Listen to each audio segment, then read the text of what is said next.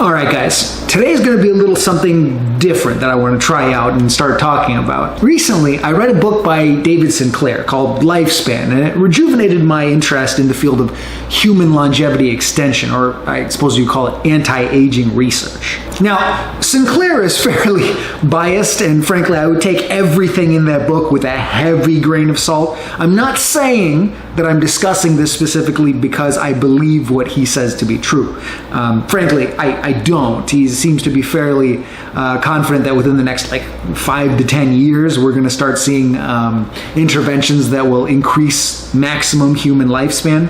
And I think that's very optimistic. And frankly, I'm not even sure that he genuinely believes it.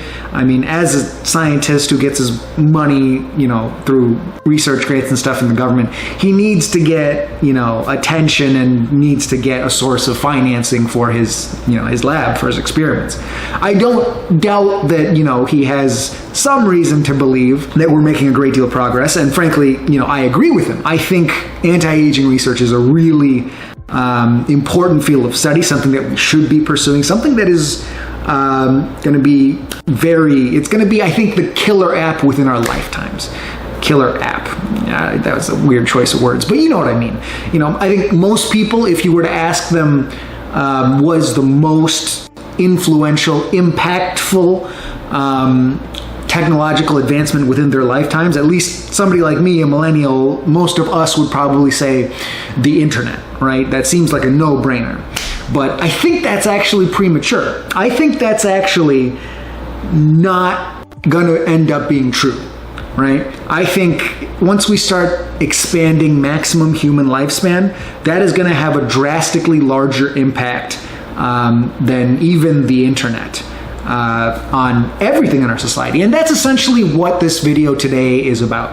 I want to talk about the consequences of extending maximum health span and lifespan. I want to talk about the economic consequences, the ethical considerations, the technological consequences of that. Now, some people have a bit of a distorted view of what exactly this would mean, as far as, if we're living longer, we're going to be, suffering more. But that is, I think, a fundamental misunderstanding of what exactly we're talking about here. When we talk about anti-aging research, we're not just talking about being old longer, we're talking about extending health span.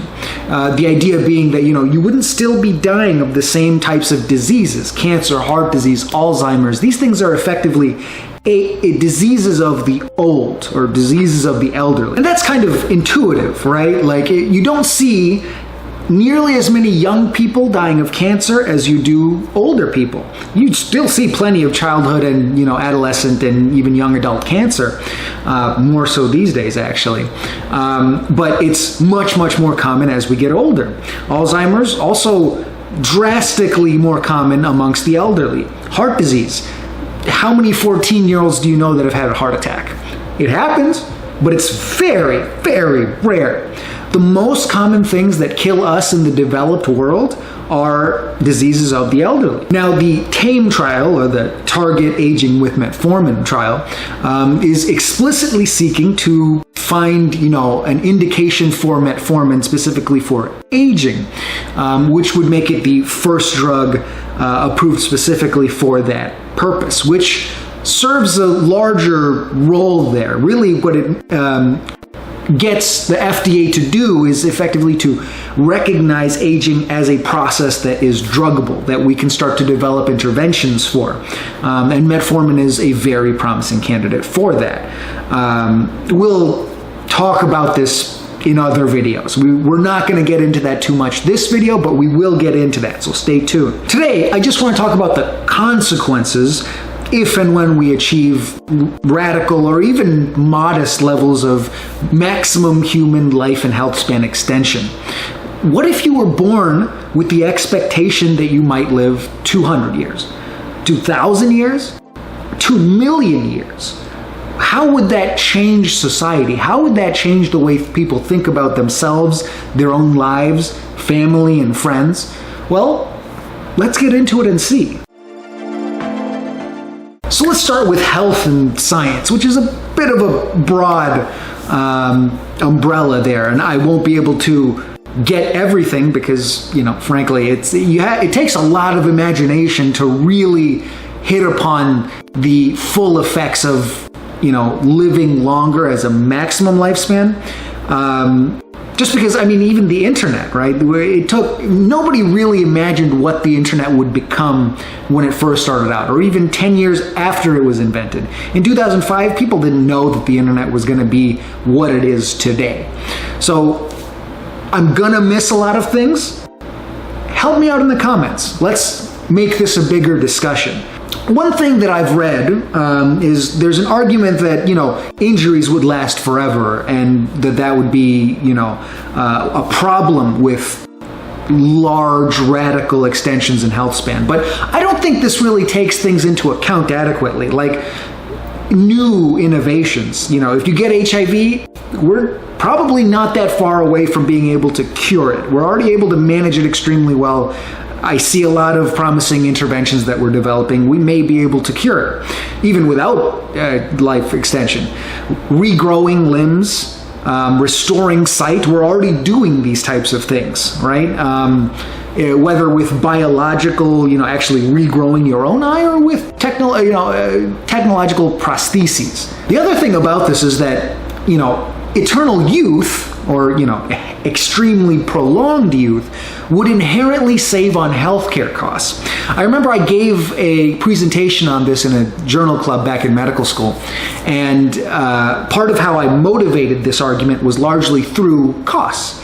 If you look at Alzheimer's alone, by the year 2050, we're effectively, if costs balloon at the rate that they are right now, or even close to the rate that they are right now, by 2050, we would end up spending more on just Alzheimer's disease than we do on all of healthcare today. There isn't enough money in the world to actually make that happen. And ultimately, what would actually happen is not that we're actually going to spend that much. What would actually happen, long before we get to that point, is that we would start having to ration healthcare for the elderly. Long before you even get to a point where you are limited by money, you'll be limited by healthcare workers, nurses, doctors. There's not enough of us right now. You already have a large waiting line to get in to see a doctor. There's already, not really enough nurses. There's really unsafe staffing ratios in a lot of hospitals. And this type of thing is really only gonna get worse in the future. And that's just Alzheimer's. Every single intervention that we've developed for Alzheimer's so far does not get rid of Alzheimer's. It doesn't solve the problem. We have nothing. We got nothing. That's the problem. We essentially have nothing to stop this, torrent of healthcare costs and morbidity and disability and just nonstop tragedy, really. And we have to come up to it with a solution, not with just one thing. Remember, that's just Alzheimer's. Cardiovascular disease is also increasing in incidence over time. Cancer is increasing in incidence over time. We're seeing younger and younger people getting colorectal cancer. This is gonna catch up with us. And something that targets aging is kind of something that would effectively start to remedy all of these problems at once, because once again, these are largely the things that are most expensive are diseases of the elderly. So not only would it save on healthcare costs, it would save us from a healthcare catastrophe that is about to happen if we simply go on this current trajectory. Now, in general, for science, it would potentially have a really interesting snowball effect, which would probably have its upsides and its downsides. The upside would be, our greatest minds as they come along would be able to keep building on their experience over the years. Somebody who has 100 years of experience versus 200 years of experience, they know the entire story of their field, and they just keep going with that and just keep accumulating indefinitely, potentially.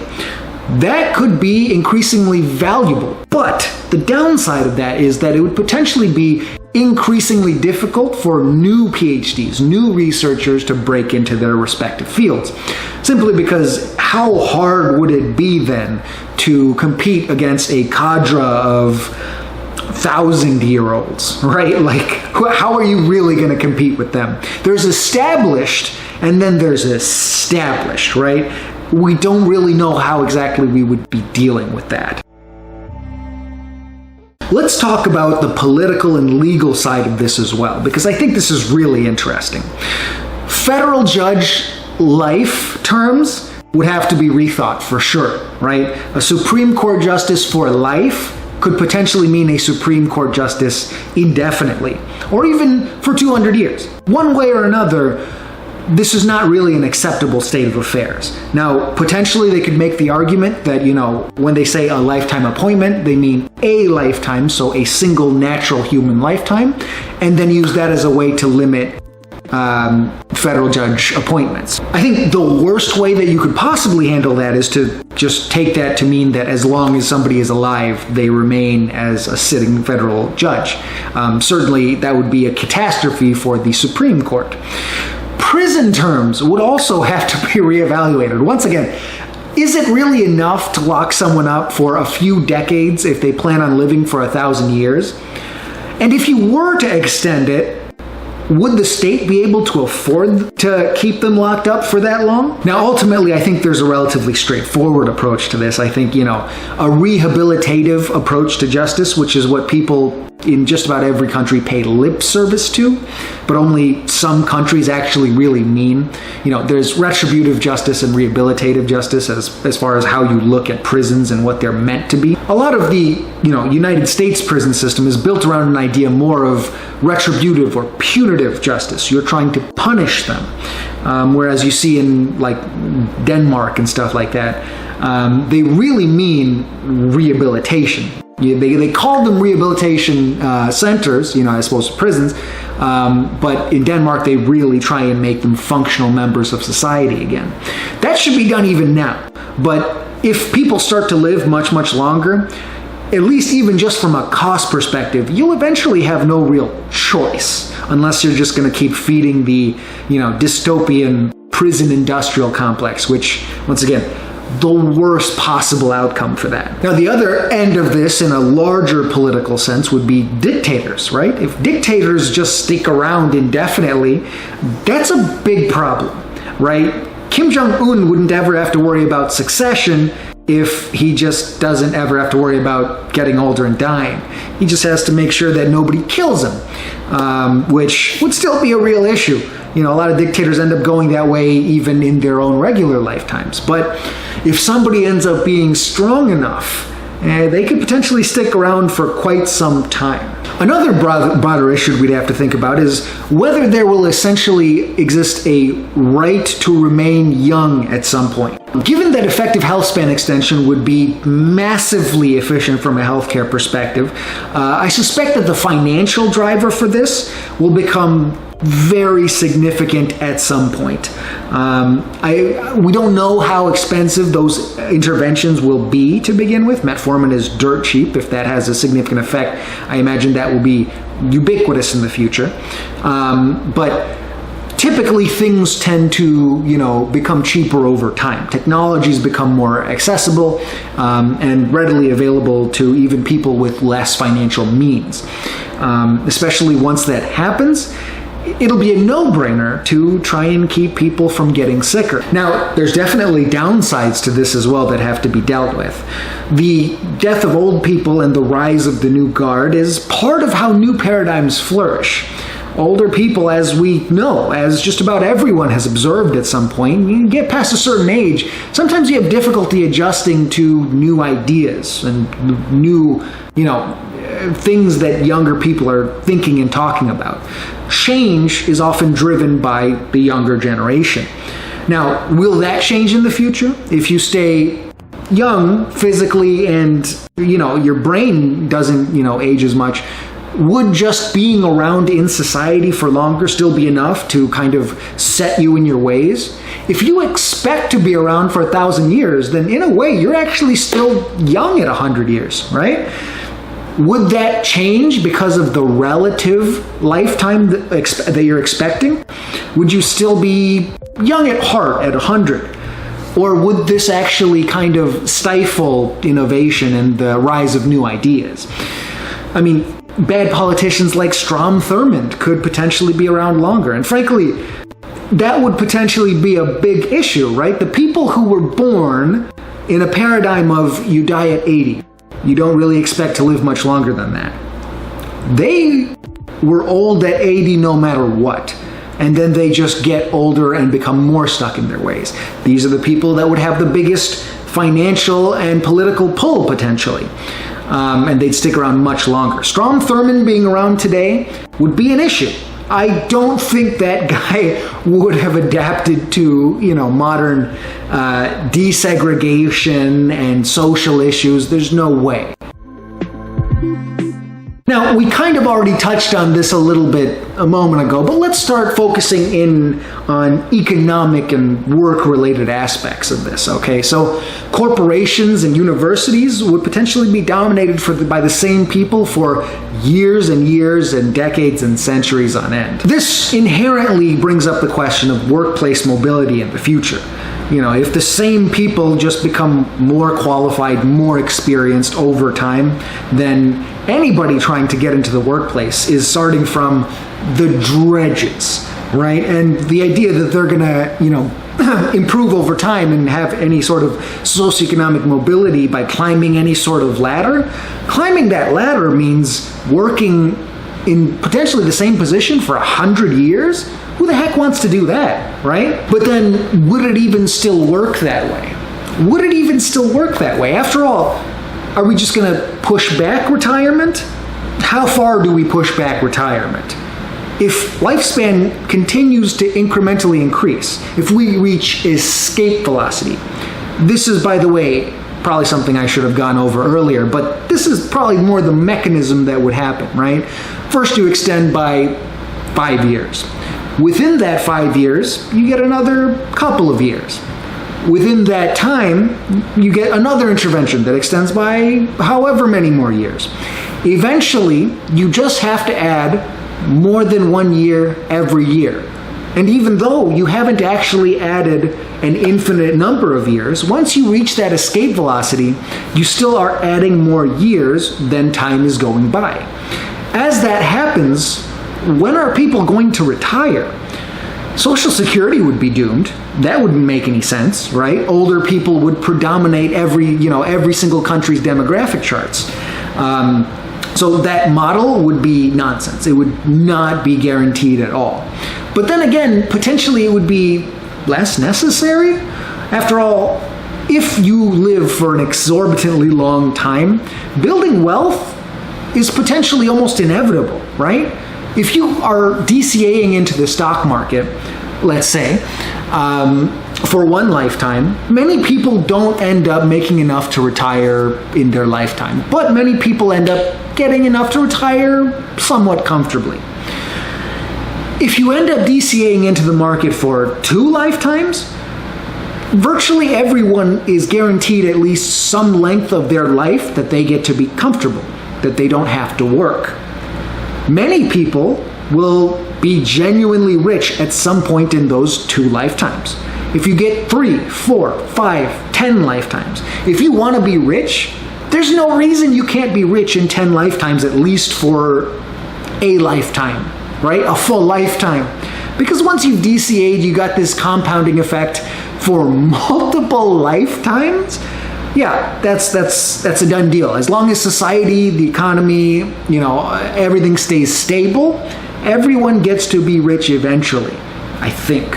This is something I really want to think through because it is very complex. I remember one of the channels I follow is One Rental at a Time with Mike Zuber.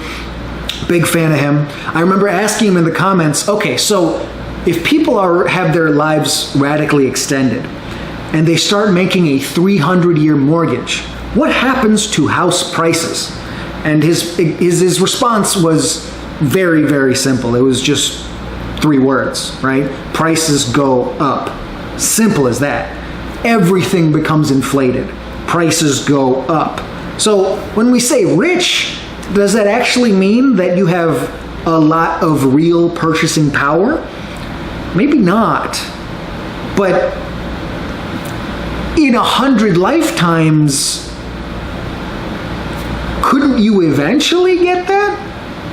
I mean, these are the types of things that I couldn't definitively tell you, because frankly, this would be an experiment that it would have so many moving parts, but it's something to think about. And of course, that speaks to the next problem of just income inequality, right? Immortals are going to have ridiculous levels of wealth, right? And income inequality right now is bad. Well, think about people who are living 10 lifetimes versus somebody who's just on their first lifetime. Income inequality would be unfathomable with enough time. Now let's talk specifically about technology, right? And this is probably the one that I could tell you the least about, and at the same time, it is the most interesting, right? There are so many things that would change when it comes to technology. So let's talk in broad terms here, right? So space travel, you'd have some really different parameters on space travel if your astronauts can live the entire way to Alpha Centauri with enough food, or energy, whatever. If you can make sunlight into energy, or in some way photosynthesize some bullshit, right? Whatever. You find some technology that's able to keep them alive during that time, and some way to build a ship that they get to stay sane in during that time. Problems which we have not currently solved, by the way. I'm looking at you, Elon Musk. You're a clown. Anyway, your parameters really change if people are potentially able to live multiple lifetimes.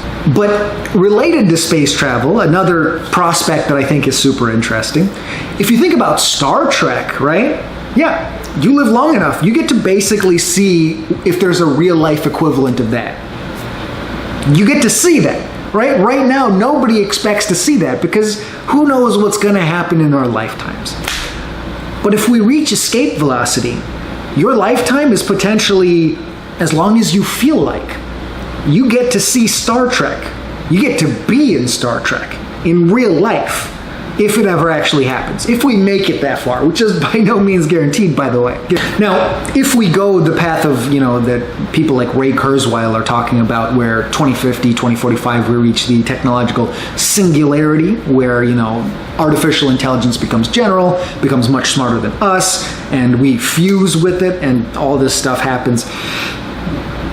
There's no way to make any predictions about that. That will outpace us entirely. Even if that doesn't happen within our lifetimes, if we reach escape velocity, it will happen within our lifetimes. You see what I'm saying? Anything you can imagine, if you feel like living that long to see a particular innovation, to see a particular state of the world, if you just feel like observing the world until a certain point and you just get bored of it, you can do that. Now let's take a moment to talk about everyday living and just society in general, right? This is also another one that I know we're going to be we're going to miss a lot of stuff here, because there's just too many things to think about. It would affect every single aspect of everyday life. Marriage would probably become just long-term instead of lifelong. Lifelong probably would stop making sense at some point. You'd probably go for multiple shorter marriages. Half-siblings would become very common, right? Because if you're, mating with multiple different people, if you feel like having children, there would potentially be a lot of half-siblings. And your family dynamics would change a good deal. If you're born and your great-great-great-great-great-grandfather who's 600 or 1,000 is around, well, how does that affect things, right? You get the advice of a 1,000-year-old. You get raised by somebody with that much experience. Even if maybe your dad's not that great, you have so many more resources to potentially draw on. And with arbitrarily many generations living together at once, at one time, is that a potential solution for childhood poverty? After all, if your dad is just your dad, right? You have your great-great-great-grandfather, they would probably have a certain amount of interest in making sure that you don't go without, right? So that would potentially be a bigger safety net for a larger amount of people. Now, a downside that we've definitely alluded to already is that culture could potentially stagnate over time. After all, it's the same amount of people, or the same people around for indefinitely long. Now, related to that is the idea of, how is our idea of having children going to change? Why would you even bother having children if you're going to live to 1,000? Certainly, why would you bother having children in your first lifetime or your second lifetime if you're going to have 3 or 4 lifetimes worth of time? If your mom had you when she was 1,200 years old, do you think you're going to be thinking about having children before you're 1,000? Probably not, right? How would our biological drives adapt to that, right? Because you generally want to have children now in your 20s, 30s. There's not necessarily a lot of 70, 80-year-olds who are trying to have children.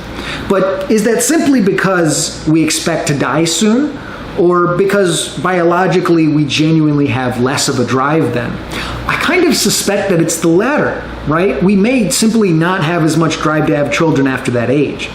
But if you don't really feel like having children that early, then you may never choose to have children. Why bother making a next generation if you are the next generation? Now, the other part of that, which relates back to the economy section, is think about how competitive job markets would be, right? Like, how would you compete with the existing workforce? Some children are probably going to end up staying at home with their parents for very long times. 20, 30, probably not, especially if inflation goes up a lot because of extended lifespans. Children are probably going to end up staying with their parents maybe even a whole lifetime, maybe even indefinitely if inflation is bad enough. And now let's do a little, large umbrella of like philosophical, existential questions, just more of a miscellaneous grab bag of things I wanted to throw in here. One of the first things probably a lot of you thought of when you read the title of the video is, what about overcrowding? Would that happen? Or would we be able to avoid it somehow? I mean, at the very least, generations would have to be born further apart. Now, I do think that's viable because remember what I just talked about, right? Who's going to actually want to have a kid? What is the point of having a kid? Especially as we educate the populace more, that tends to decrease birth rates. That's why most developed nations are below replacement at this point.